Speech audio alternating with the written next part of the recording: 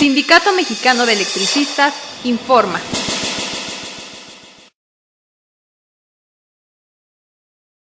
Y para que nos hable particularmente de los temas de este foro, y no fue descortesía dejar al compañero Martín hasta el último, sino pedirle que él sea de los ponentes que cierren, voy a darle lectura muy rápida al currículum del compañero Martín. Pues desde el 2003 a 2005 fue electo secretario del Exterior. De 2004 a 2006 volvió a ser ratificado, electo como secretario del Interior. De 2005 a 2007 secretario general. De 2007 a 2009 secretario general. De 2009 a 2010 electo secretario general, cargo que actualmente ocupa. Otras actividades que ha realizado el compañero Martín: es coautor del libro Electricidad y Soberanía, articulista de la revista Siempre, articulista de la revista Energía Hoy, articulista de la revista Contralínea, es conductor del programa de radio Frecuencia Laboral ABC de 760 en AM. Otros cargos internacionales: miembro del Consejo de Administración de la Asociación Internacional Derecho a la Energía SOS Futuro, presidente de la Unión Internacional de Sindicatos de la Energía, miembro de Dirección Política del Encuentro Sindical Nuestra América. En los eventos relevantes en los que ha estado presente, el del 17 al 25 de noviembre de 2007, en el 37º Congreso de la Federación Nacional de las Industrias Químicas, Confederación General de Trabajadores, FNC y CGT, en Villepinte, París, Francia. Fecha de otro evento, del 20 al 21 de abril de 2008, segundo encuentro trinacional de los trabajadores de la energía de América del Norte. Y foros y congresos, tiene muchos, pero aquí no nos vamos a poner. Foro Marcha 1999 en la ciudad de Tula en contra de la regulación eléctrica. Foros internacionales en Ginebra, Suiza, en contra del neoliberalismo y las privatizaciones. Congreso de la Federación Sindical Mundial, FSM, Cuba e India. Conferencia de la Organización Internacional del Trabajo, OIT, en Ginebra, Suiza. Ponente en diversos foros y mesas redondas en la UNAM, la UAM, el IPN y en diversas universidades de la provincia. Faltó en el Senado de la República, que ahora le vamos a agregar a su currículum. Compañero Martín, tienes la palabra. Adelante.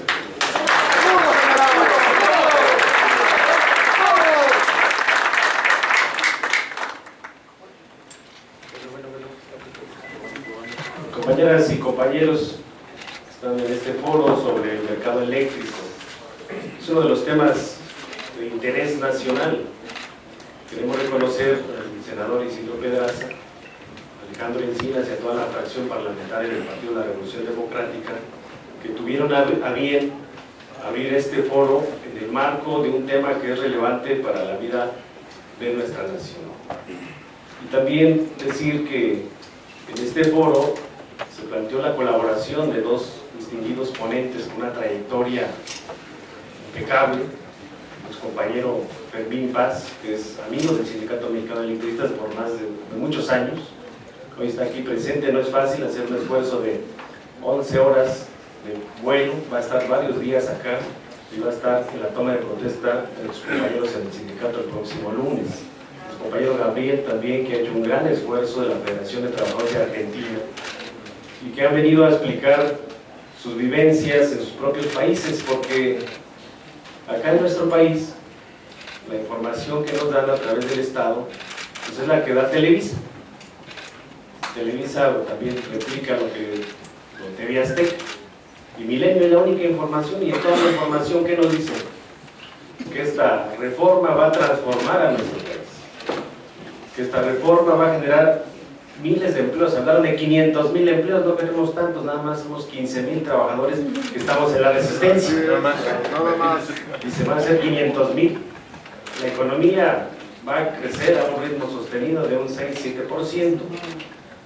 Va a haber abundancia, van a poderse ver reflejados los dineros en los bolsillos de la población. Va a bajar el costo de la electricidad, del gas, va a bajar el costo del diésel.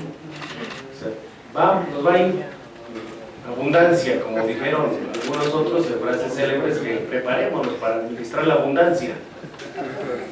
Y cuando dijeron vamos a entrar al primer mundo, hay que vender las empresas públicas porque pues, necesitamos empleos y el Estado está muy gordo, entonces hay que reducirlo para que se distribuya la venta de las empresas públicas en toda la población.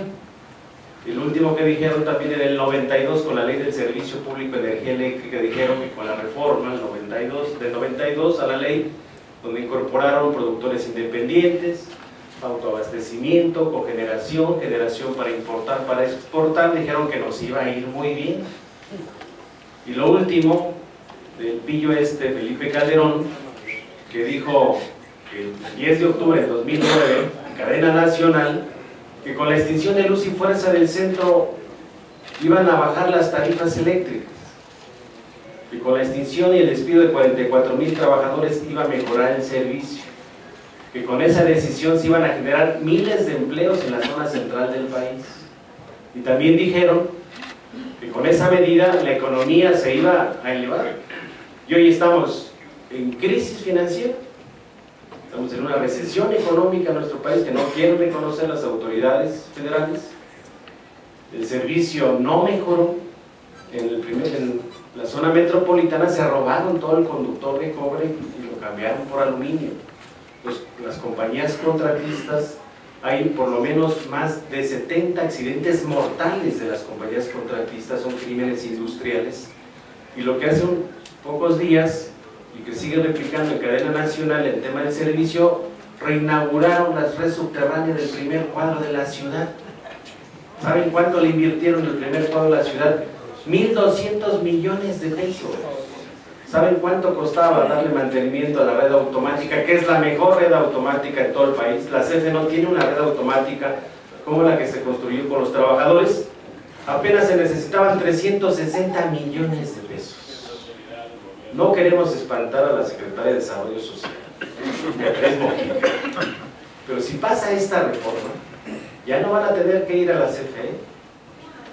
Ahora van a tener que ir a reclamarle a Iberdrola, a Unión Fenosa, a Electricité de Francia, a Mitsubishi de Japón, a Transalta de Canadá.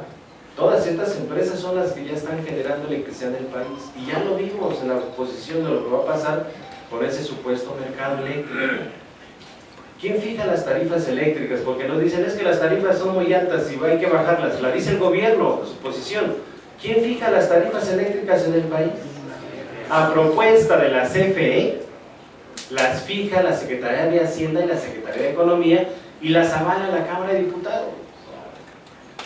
Eso es. Ahora, ¿quién va a fijar las tarifas con esta ley que están proponiendo? Pues la va a fijar la Comisión Reguladora de Energía, la va a fijar el Centro Nacional de Control de Energía y la van a fijar a partir de cómo producen el costo del kilowatt hora las empresas privadas. Y que ya lo explicamos aquí, no va a haber cambio de la forma como se viene generando. Los estudios de aquí a 50 años va a ser con las mismas fuentes de energía. ¿Cuáles son? Hidrocarburos, gas, carbón, son las que van a rifar. No hay otro cambio. Y en el primer artículo de la ley le ponen ahí que las energías renovables, energías limpias, pues se nos ponen ahí todo un cuento como si les interesara el medio ambiente. No les interesa el medio ambiente, les interesa la ganancia. Pero hay otro factor importante, en todo lo que vimos de España, lo que pasa, está pasando acá en México. Cuando estuvo Alfredo Elías Ayub como director de la CFE, 11 años al frente, y con los gobiernos panistas, y bueno, el último de los priistas, con Cedillo, prácticamente ¿qué hicieron? Proyectaron nuestra economía, que íbamos a tener un crecimiento de un 5, 6 o 7% sostenido, y empezaron a construir infraestructura como locos en el país. Tenemos los datos de la Auditoría Superior de la Federación, los pueden bajar. Tenemos un excedente de electricidad del 44%. En ese sentido, del mercado, de la oferta y la demanda, entonces era para que el costo de la electricidad estuviera barato. O sea, es una mentira lo que hoy nos plantean de este mercado. Y además hay otro tema. Primero hay que dejar muy claro en este foro que esta reforma constitucional y leyes secundarias es inconstitucional. porque el que no conoce su historia está condenado a repetirlo. ¿Por qué se expropió el petróleo, compañeros? Pues hubo un conflicto social, hubo una huelga de los trabajadores, intervino el Estado y vio que el petróleo, una visión de futuro, era un área estratégica para la nación, y por eso se modifica la Constitución para recuperar lo que se estaban llevando las multinacionales. Tal parece que ya se olvidó del país. Y a partir de ahí se desarrolla la industria eléctrica, la industria petrolera en todo el país, y conjuntamente se desarrolla la industria eléctrica, porque hay que recordarles también a los legisladores que el sector eléctrico del país nace con empresas privadas. En los primeros años del siglo pasado había más de 800 empresas eléctricas en el país. Después llegaron dos empresotas, la American Lion Power Company y la Foreign Company, y empezaron a comprar las chiquitas, hicieron dos monopolios privados. Pero no invertían ellos en el desarrollo del país, no electrificaban las comunidades rurales. Por eso nace la Comisión Federal de Electricidad en 1937, para poder suministrar la energía eléctrica en todo el territorio nacional, sin fines de lucro, dice el decreto de creación de la CFE. ¿Y hoy qué están haciendo con las tarifas de la CFE?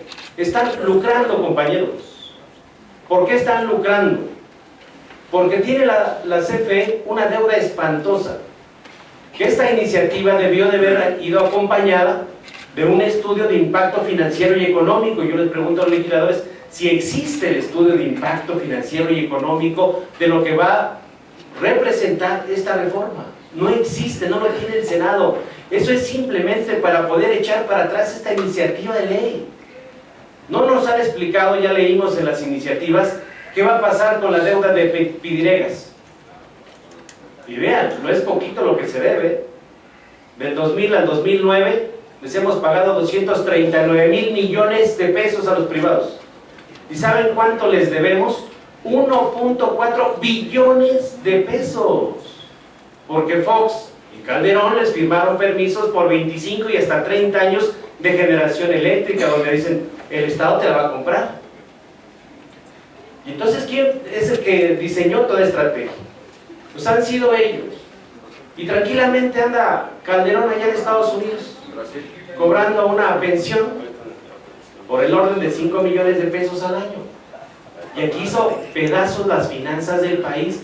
Yo creo que toda la corrupción que traen dentro de Comisión Federal de Electricidad hay que rendir cuentas.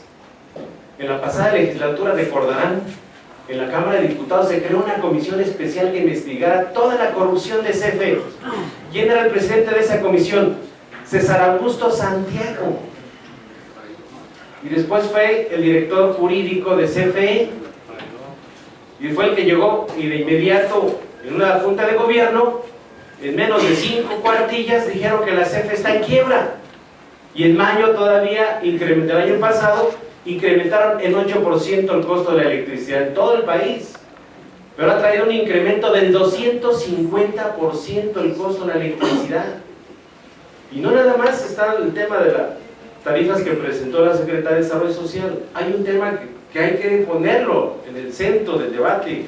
¿A quién se le está subsidiando la tarifa realmente? No es a los consumidores domésticos, es a los grandes consumidores, al hombre más rico del mundo, que está de moda en los medios, Slim. Imagínense que un empresario de esos, su recibo de luz es deducible de impuestos, y el costo de sus productos también le cargan el costo del recibo de luz. O sea, por todos lados no pagan la luz, y son los que consumen por lo menos el 75% de la generación en todo el país. Los menos son los domésticos, apenas es el 24% del consumo nacional.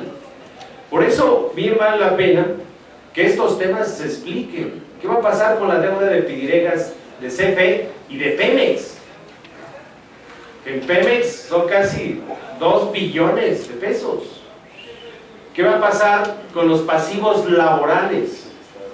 Porque nada más te dicen, ah, pues cobra tu indemnización y tan al trabajador, y lo que ahorré para mi jubilación, y lo que ahorré de mi seguro sindical, y lo que ahorré para mi vivienda. ¿Dónde está ese dinero? Pues aquí traigo pues, la iniciativa de Zedillo. Lo que están legislando es la misma iniciativa de Zedillo, la misma, compañeros.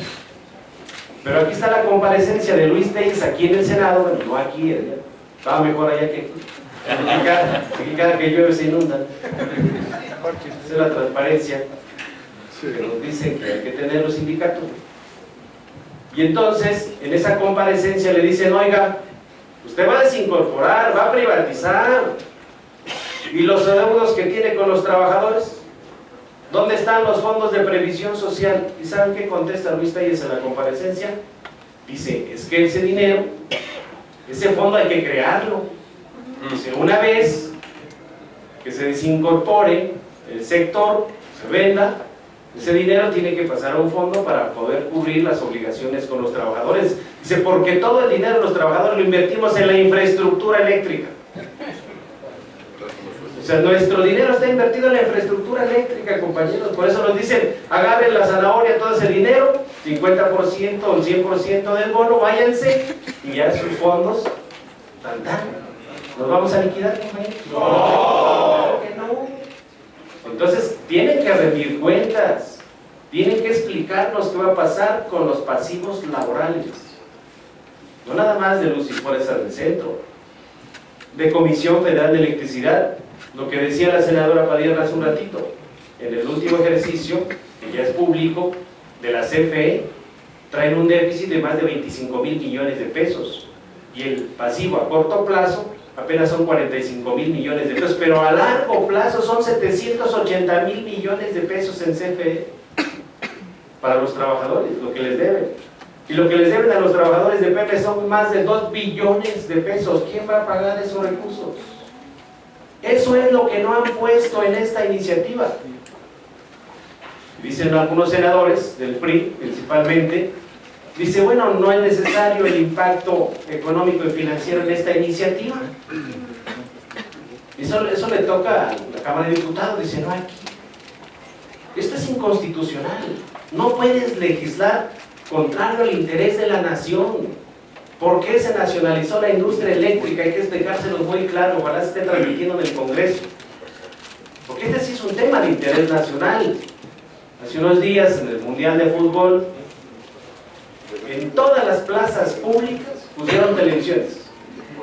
De todo el país, sillas, espectáculos y demás. En cadena nacional, nuestro respeto a los jugadores que fueron allá de la selección mexicana, hicieron su buen esfuerzo, compañeros. Pero este tema que es de debate, ¿por qué no ponen pantallas en todo el país? Para que los mexicanos sepamos qué es lo que están legislando, qué es lo que va a pasar. Porque el petróleo, a partir de su expropiación, no es de los legisladores ni del gobierno, es de todos los mexicanos. Y dice, hay que sacar más petróleo. Bueno, ¿por qué sacan el petróleo si no les corresponde? Ese les corresponde a las futuras generaciones. Pero ahí están los panistas con sus negocios dentro del sector. Ya sonografía, hoy ya le van a dar otra vez contratos. Y ya Fernando Canales Clarion y Ernesto Martes, que tiene la fibra óptica, ya van a ampliar en todo el país. Y se van a asociar con una empresa de telecomunicaciones de Estados Unidos. Tienen alianza con Televisa. Por eso celebramos que en el Senado los próximos días tiene que venir a comparecer el director del SAE, para que explique cuánto está dentro del patrimonio de Luz y Fuerza del Centro, porque revisando la ley, también para la desincorporación de CFE y de Petróleos Mexicanos, ponen al SAE. O sea, el SAE es un instrumento de hacienda para todos los negocios, compañeros, para llegar y saquear y robar y llevarse y regalar. Los panistas regalaron mobiliario de Luz y Fuerza a sus municipios panistas. Decía de la delegación Benito Juárez, también está de moda los presuntos violadores allá en Brasil, funcionarios panistas. Y entonces el pillo también anda aquí, Javier Lozano, y es panista. Y entonces, ¿a poco no merece que a estos se les finque responsabilidades como servidores públicos? Es importante que antes de que vayan a otra legislación, pues lo que está atorado o atrasado, pues ¿por qué no se revisa? La Auditoría Superior de la Federación dice hay que hacer auditorías a la CFE para ver ¿Cómo está? Dice, hay que hacer auditorías a luz y fuerza del centro para ver cuáles fueron las razones por las cuales el presidente tomó la decisión de extinguir. Y si no, dice, tal vez esas mismas razones sea para extinguir a Comisión Federal y al último la dejen como una empresa revendedora de energía. Pues ya ni eso. Ya ni eso. Ahora la CFE nada más va a ser un instrumento para dar las concesiones. Acotan al Estado. El presidente es el único facultado para dar las concesiones. O sea, regresamos a la época del Porfiriato, que era el único que entregaba las concesiones por 50, 60, 70 años. El Congreso de la Unión, Cámara de Diputados y Senadores, que está en su facultad, artículo 73 de la Constitución en fracción décima, ya no tendrá esas facultades. Lo más grave es que todos los juicios ya no se van a ventilar con estas multinacionales en el país. Ahora se van a ventilar en los tribunales internacionales. ¿Y saben cuánto ganan los estados en esos tribunales? Nunca. ¿Y en qué se va a convertir? En deuda todavía más. No fue suficiente el IPAFO a prueba, compañeros. No fue suficiente lo que hizo Calderón de participar el Estado mexicano con 4,000 millones de dólares al Banco Mundial, sino lo subió a 14,000 millones de dólares, porque estaba en una crisis el Fondo Monetario Internacional. De ese tamaño las cosas. Nosotros lo que queremos plantearles en este tema son dos asuntos que nos parecen relevantes. Bueno, ya nos invitaron para estar la próxima semana, aquí estaremos. Claro. Aquí estaremos.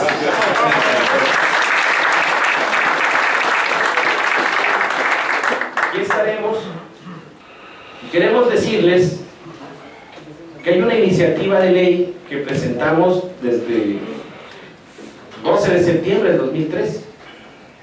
Es una iniciativa ciudadana, aquí está, la tiene ya el Senado, la hizo suya la fracción del Partido de la Revolución Democrática. Se presentó con más de 250,000 firmas de usuarios, 317,000, me corrige mi compañero. Pero este es el sentir de toda la población sobre las tarifas. ¿Qué estamos planteando? Que se deroguen todas las tarifas que implementaron, porque la Doméstico de Altos consumen. ¿Saben quién la creó? Vicente Fox en el 2002 presentó la iniciativa para su reforma fiscal. Le dijeron los diputados, no te podemos modificar fiscalmente para que tengas más dinero, mejor creamos la tarifa Doméstico de altos consumos y de ahí te jodes a los usuarios. Y el que consume más de 250 kilowatts hora, que se pase con 1 kilowatt hora, el costo es de 3 pesos 50 centavos o más, y te quedas todo el año en esa tarifa doméstica. Aunque el siguiente bimestre bajes los 250 mensuales, sigues pagando la tarifa doméstica. Te quedas todo el año, después te promedian los 6 bimestres, y si resulta que bajaste menos de 250, ahora sí te regresan a la tarifa que estás. O sea, son tramposos. Eso lo hizo Fox con aval del Congreso, compañeros. ¿Qué estamos planteando?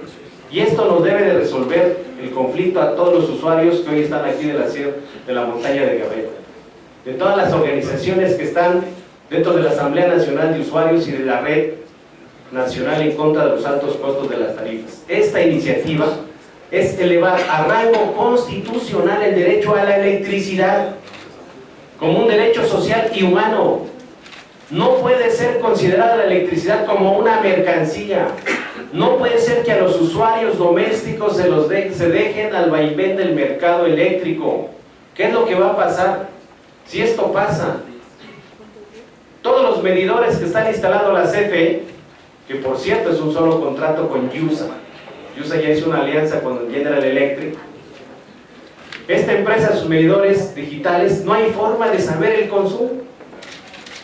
No hay forma. Traen un margen de error de más del 10%. Y además están preparados para que puedas activarlos con tu tarjeta de prepago.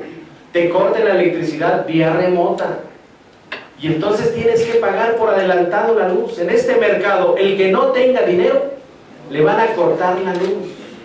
Por eso la iniciativa reviste un carácter importante para toda la nación. ¿Cuántos usuarios domésticos hemos calculado? Con los mismos datos de la CFE, son casi 32 millones de usuarios en todo el país. ¿Cómo podemos satisfacer esta demanda de energía? Con todas las hidroeléctricas que el Estado tiene, con todas las geotérmicas que el Estado tiene. Con eso alcanza. ¿Y saben a cuánto alcanza para poder llegar al recibo de luz de los compañeros de la montaña de Guerrero para que la paguen a 54 centavos el kilowatt hora?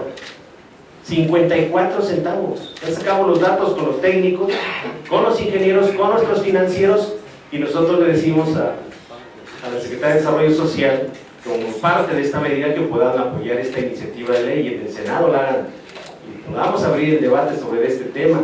Y en tanto no revertamos la reforma energética y no se apruebe esta iniciativa que verdaderamente beneficia a los mexicanos, entonces que impulsemos el borrón y cuenta nueva. Debo, pues sí, pero pues borrón y cuenta nueva. Y además que impulsemos la huelga no pago, la energía eléctrica en todo el país. Pues imagínense una casa sin luz, una escuela sin luz en la montaña, le están cortando la luz a los usuarios, le están cortando la luz a las escuelas, a los ayuntamientos, están dejando a los ayuntamientos sin luz. No hay un solo ayuntamiento que pueda tener dinero para pagar el costo del kilowatt hora, se lo venden a 3 pesos el kilowatt hora. Un país sin energía, porque así van a actuar los privados, pues ya lo vivimos en el país. Antes de la nacionalización, ¿qué hacían las empresas? Hacían apagones para decirle al gobierno: tenemos que incrementar la tarifa porque con lo que pagan no alcanza para poder dar mantenimiento, construir nueva infraestructura. Así le hicieron ahí en California con Enron. ¿Tal parece que ya se olvidó? ¿Qué hacía Enron? Especulaba, todo el mundo le metía las acciones, subía los costos, hacía apagones y decía: tengo que subir la electricidad. Y después fue uno de los grandes fraudes de los Estados Unidos. ¿Y saben quién perdió? Los accionistas. ¿Y quién eran los accionistas? Principalmente eran pensionados de las distintas empresas. Y el director de Enron se quedó con una pensión anual de más de $1 millón. Y ahí está el apagón del 2004 en Nueva York. ¿Qué hicieron en Estados Unidos? Liberaron todo el sector. Se vino el apagón de Nueva York en el 2004, ya habían concesionado la generación, la transmisión, distribución, la venta, se estuvieron con pérdidas multimillonarias. ¿Saben qué hizo el Estado? Recuperó la generación y la transmisión, dice: esto es estratégico y lo recupero. Solamente libero la distribución y la comercialización. Y hoy que quieren invertir algunos otros países como los chinos en Estados Unidos, no nos dejan. Dice: no, el sector eléctrico es estratégico y solamente nosotros. Fuimos a Canadá, apenas a Montreal, y le pregunto a la secretaria general de Hidro-Québec, a la funcionaria: oiga, ¿y cómo está su empresa? Dice: afortunadamente nuestra empresa Hidro-Québec, dice, el 99% son de energías renovables, con pura agua generamos. Digo: ¿y es privada o es pública? Dice: es pública. ¿Y no pretenden abrirla? No, aquí está prohibido. ¿Cuántos trabajadores tienen? 25,000. Digo: entonces, ¿por qué en otros países están privatizando? Ella es la presidenta del Consejo Mundial de la Energía. Dice: tenemos los estudios de México, de aquí a 50 años va a ser con hidrocarburos la generación. Dice: y los mexicanos vinieron a pedirnos apoyo al Consejo Mundial de Energía para que les dijéramos cómo. Les pusimos 2 condiciones, que es lo que están haciendo. Dice: si va a haber apertura del sector, 2 condiciones como gobierno tienes que cumplir. 1, certidumbre jurídica. Por eso modificación de la Constitución y estas leyes. Dice: si no, no invertimos. Certidumbre jurídica. Y 2, estabilidad política. No queremos marchas, no queremos protestas, y queremos que todos paguen la luz para que sea negocio. 2 condiciones les pusieron. Y todavía le digo: oiga, ¿y usted formó parte del análisis con el Consejo Mundial de Energía sobre este tema?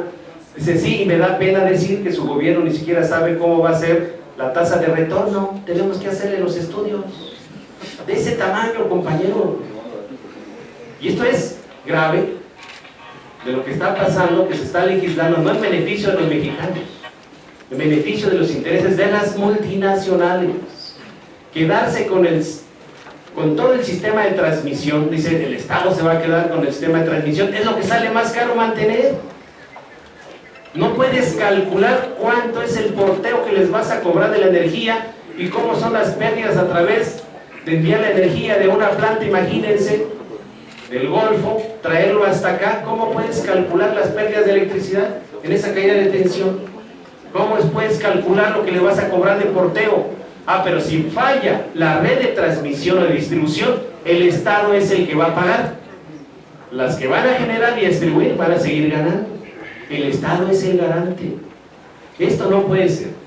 Por eso nosotros planteamos, coincidimos con los expositores, la única forma de revertir, porque sí se puede revertir, es con la organización, es fortaleciendo nuestras alianzas con los usuarios, con los sectores populares y campesinos, porque también para los campesinos ahí viene la expropiación de sus tierras. Si hay petróleo o hay gas, pues hay que quitarse. Y entonces va a generar un conflicto social esta iniciativa que mejoras para el país. Nosotros alertamos, somos un sindicato que va a cumplir 100 años, qué bueno lo que nos dieron la palabra, porque si alguien sabe del sector eléctrico, somos los trabajadores del Sindicato Mexicano de Electricistas. Muchas gracias.